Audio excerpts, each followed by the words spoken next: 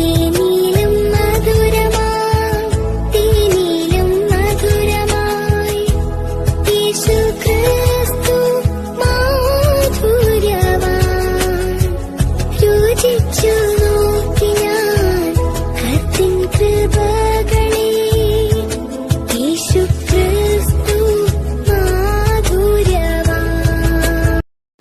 ദൈവവചന ചിന്തകൾ കേൾക്കുന്ന എല്ലാ മാന്യ ശ്രോതാക്കൾക്കും ക്രിസ്തീയ സ്നേഹവന്ദനം. സദൃശവാക്യങ്ങളുടെ പുസ്തകം 6-ാം അധ്യായം 2-ാമത് വാക്യം. നിന്റെ വായിലെ വാക്കുകളാൽ നീ കുടുങ്ങിപ്പോയി, നിന്റെ വായിലെ മൊഴികളാൽ പിടിക്കപ്പെട്ടിരിക്കുന്നു എന്നുള്ള വചനമാണ്. നാം നമ്മുടെ ജീവിതത്തിനകത്ത് സംസാരിക്കുന്ന ഓരോ വാക്കുകളും വളരെ ശ്രദ്ധിച്ച് പറയേണ്ടത് മാത്രം പറയുകയും പറയുവാൻ പാടുള്ളവരോട് മാത്രം പറയുകയും ചെയ്യേണ്ടതുണ്ട്.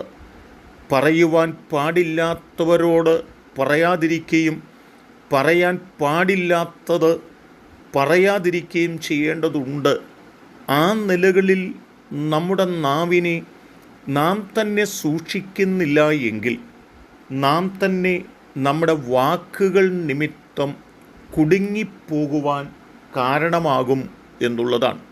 ചില ശ്രേഷ്ഠന്മാരായ ആളുകൾ സംസാരിക്കുമ്പോൾ ആകാത്ത പ്രസ്താവനകൾ പറയുകയും പിന്നീട് ക്ഷമ പറയുന്നതും നാക്കുപിഴ എന്ന് പറയുന്നതുമായ ചില സാഹചര്യത്തിലേക്ക് കടന്നു പോകുന്നത് അവർ പറഞ്ഞു വച്ച വാക്കുകൾ അവർക്ക് തന്നെ വിനയായി വരുന്നു എന്നതുകൊണ്ടാണ്. ആ നിലകളിൽ അത് പറയുവാനായിട്ട് അവർ മുതിരാറുള്ളത്. ന്യായാധിപന്മാരുടെ പുസ്തകം 16-ാം അധ്യായം 18 മുതൽ 21 വരെയുള്ള വാക്യങ്ങൾ നാം വായിക്കുമ്പോൾ അവിടെ ശിംശോൻ്റെ വായിൽ നിന്ന് പറയുവാൻ പാടില്ലാത്തതായ വ്യക്തികളോട് ഒരിക്കലും പറയുവാൻ പാടില്ലാത്തതും എല്ലാ കാലഘട്ടത്തിലും താൻ മാത്രം മനസ്സിൽ കരുതി മുൻപോട്ട് പോകേണ്ടതുമായ ഒരു വസ്തുത വ്യക്തമായ തലത്തിൽ പറയുന്നതായി രേഖപ്പെടുത്തിയിട്ടുണ്ട്. തന്നെ സ്വാധീനിച്ചതായ വ്യക്തിയോട് തൻ്റെ ജീവിതത്തിൽ ഒരിക്കലും വെളിപ്പെടുത്തുവാൻ പാടില്ലാത്തതായ കാര്യങ്ങൾ വെളിപ്പെടുത്തി കൊടുത്തു. അത് മറ്റൊന്നുമല്ല, തൻ്റെ മേൽ വ്യാപരിക്കുന്ന ശക്തി ഏതൊന്നിലാണുള്ളത് എന്ന വസ്തുത താൻ മാത്രം അറിഞ്ഞിരിക്കേണ്ടതും ആരുടെയും മുൻപിൽ വെളിപ്പെടുത്താൻ പാടില്ലാത്തതുമായിരുന്നു എങ്കിലും താൻ ഇഷ്ടപ്പെട്ടവരോട് പറയുവാൻ പാടില്ലാത്തതുകൂടി പറയുക നിമിത്തം ശിംശോൻ പിന്നത്തേതിൽ കുടുങ്ങുന്നതായ ചരിത്രമാണ്. അവൻ്റെ തലയിലെ ജടകളെല്ലാം മുറിച്ചു മാറ്റിയാനന്തരം ഫെലിസ്ത്യരെ വിളിച്ചു വരുത്തി.